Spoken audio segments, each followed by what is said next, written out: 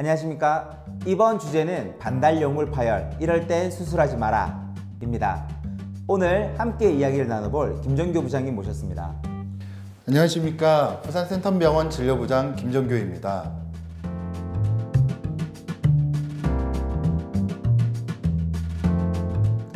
안녕하십니까. 부산 센텀병원 관절센터 과장 이윤성입니다.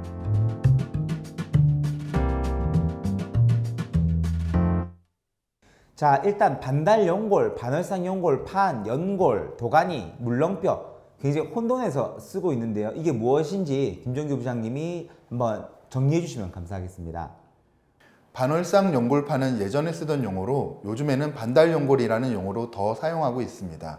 반달연골은 실제 반달 모양은 아니라 무릎을 중심으로 내측 가장자리에서 두꺼운 초승달 모양으로 자리 잡고 있으며 무릎 관절을 형성하고 있는 위의 대퇴골, 아래의 경골이란 뼈를 감싸고 있는 연골을 보호해주는 일종의 쿠션 역할을 하는 주요한 구조물입니다. 도가니는 사람보다는 짐승에게 더 사용하는 표현인데요. 무릎뼈 주위 연골 조직을 통칭하여 일컬어지는 것 같고, 물렁뼈는 연골의 우리말 정도로 이해하시면 될 듯합니다. 이런 중요한 반달연골이 파열이 되는 경우가 많은데요. 젊은 연령층에서는 운동이나 외상에 의해서 찢어지면서 파열이 되고요. 고령에서는 이 젤리처럼 말랑말랑한 반월상 연골 판이 노화로 인해서 딱딱해지면서 충격 흡수를 잘 하지 못해서 일상에서의 작은 충격들이 누적이 되어서 파열이 되는 경우가 많습니다. 이렇게 파열이 되면 굽히고 펴고 하는 게 안 된다. 계단을 오르내리는 게 힘들다. 땅바닥에 앉았다가 일어나는데 아프다. 걸을 때 자꾸 무릎에 힘이 빠져서 넘어질 것 같아. 이런 증상으로 오시고요. 심하신 분들은 뚝 하는 소리를 들었다라고 하시기도 합니다. 그리고 파열이 됐다고 하면 엄청 아파야지만 파열이라고 생각하시는 분들이 많습니다. 하지만 퇴행성으로 파열이 있는 경우는 우리하다, 불편하다, 뭔가 기분이 안 좋다 등 가벼운 증상만 느끼는 경우가 많습니다. 그러니 괜찮겠거니 생각하지 마시고 일단 병원 내원하셔서 진료를 보시는 게 좋을 것 같습니다. 반달연골 파열, 굉장히 흔한 질환인데요. 꼭 수술해야 하나요? 이 부분에 대해서 김정규 부장님께서 한번 말씀해 주시면 좋을 것 같습니다.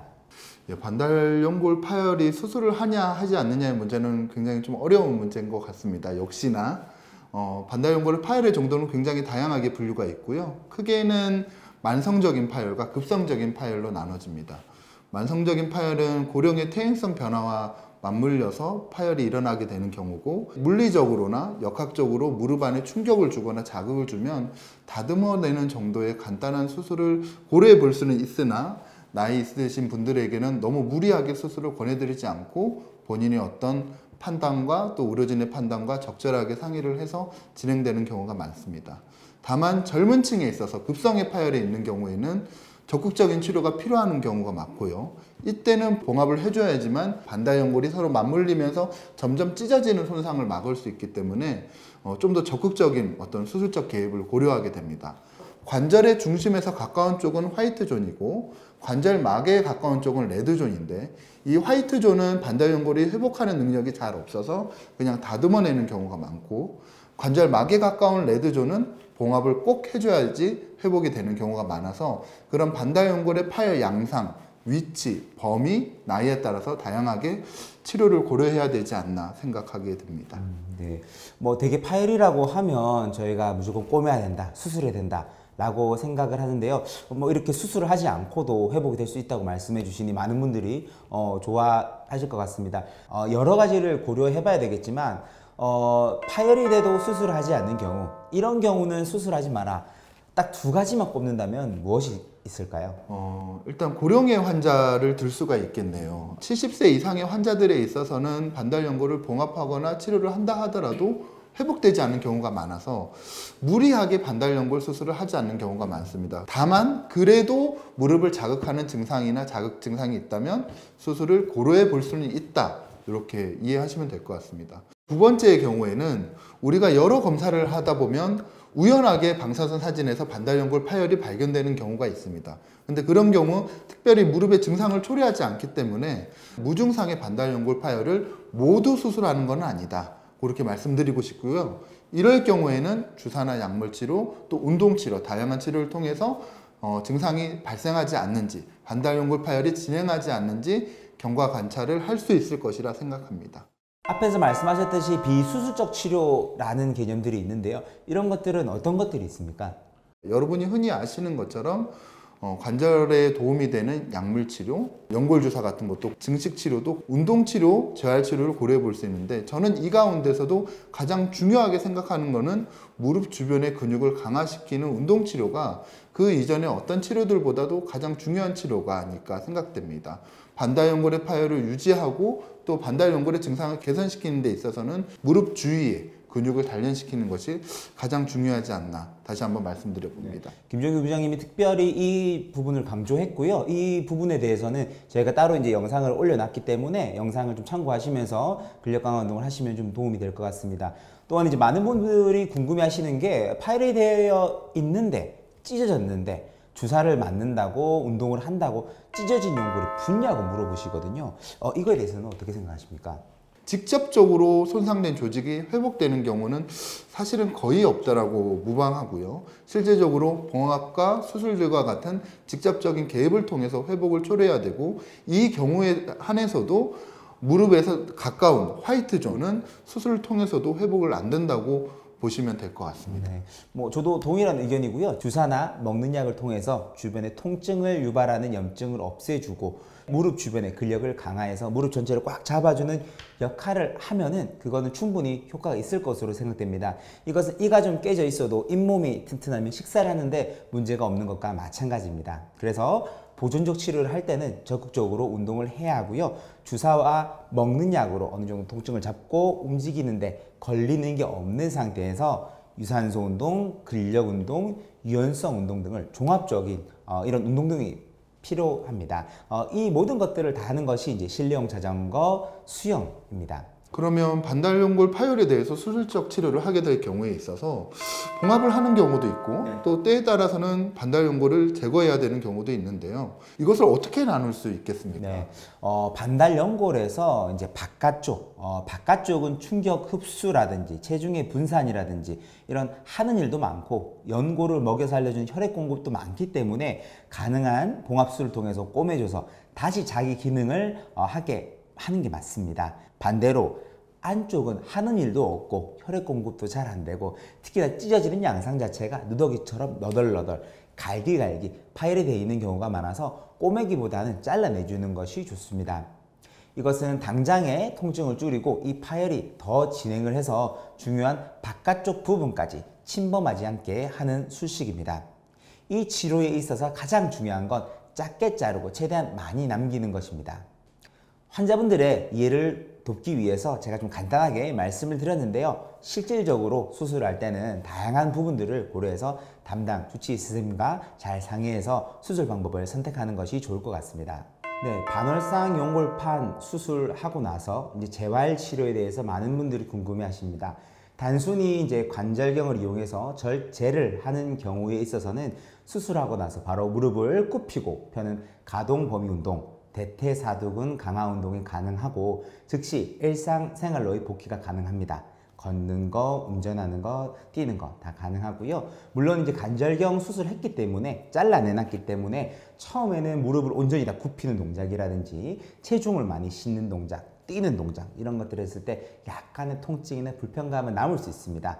하지만 기본적인 일상생활 하는 것은 즉시 수술하고 나서 대부분 3, 4일째는 다 가능하다는 점 알고 계시면 될 것 같고요. 수술 이후 2주째부터는 적극적인 근력 강화 운동을 시행하시면 됩니다.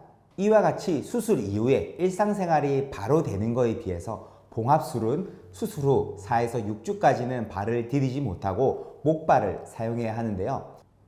표에서 보신 바와 같이 전체 스케줄을 보시면 수술 후 2주 동안은 밤기부스를 해서 무릎을 고정해야 합니다. 수술 후 2주째부터 무릎을 굽히고 펴는 운동을 시작합니다. 0에서 60도부터 시작해서 일주에 15도씩 올려지게 되고요. 이때는 각도 회복을 하는 것이 가장 중요합니다.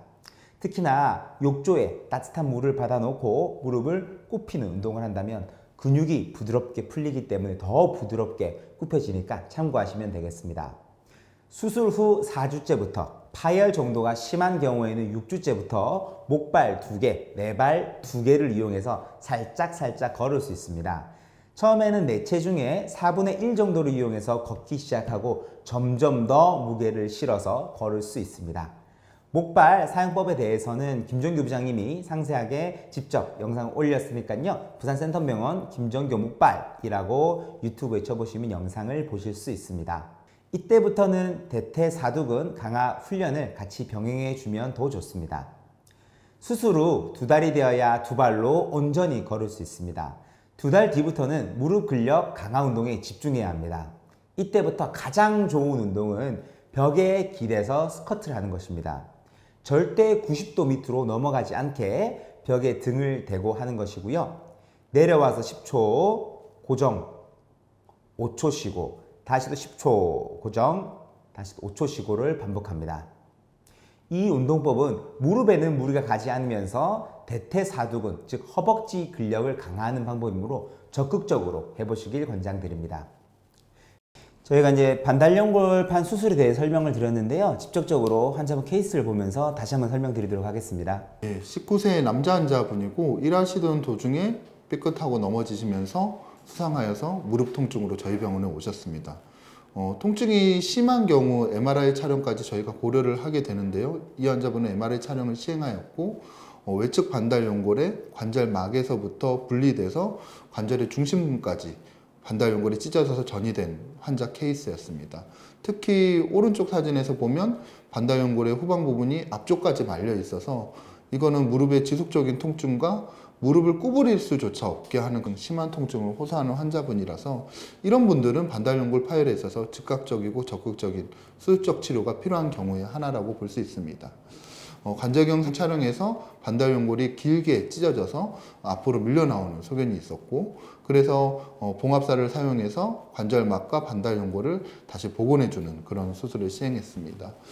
수술을 하고 찢어진 반달연골이 다시 복원되었는지 MRI를 통해서 확인하였고, 좌측의 사진처럼 이 반달연골이 너덜너덜 찢어져서 안으로 말린 부분이 다시 원래대로 복귀돼서 정상적으로 회복된 그런 좋은 결과의 사진을 확인할 수 있었습니다. 양동이 손잡이 파열이라는 굉장히 좀 예후가 좋지 않은 케이스였는데 김종규 부장님이 수술 너무 잘 해주셔가지고 이렇게 회복이 잘 된 것 같습니다. 충격을 흡수하는 반달연골이 아예 밖으로 빠져 있는 경우이기 때문에요. 굉장히 이런 경우는 좀 적극적으로 치료를 해줘야 되고 전문병원 오셔서 좋은 결과를 얻을 수 있었던 케이스였던 것 같습니다. 네, 오늘 김종규 부장님 모시고 반달연골에 대해서 얘기 나눠보았습니다. 굉장히 중요한 부분이고 굉장히 잘 찢어지는 부분입니다. 문제가 있다면 저희 센텀병원 같은 전문병원 오셔서 진료받아 보시면 좋을 것 같습니다. 오늘 이야기 여기서 마치도록 하겠습니다. 감사합니다. 감사합니다.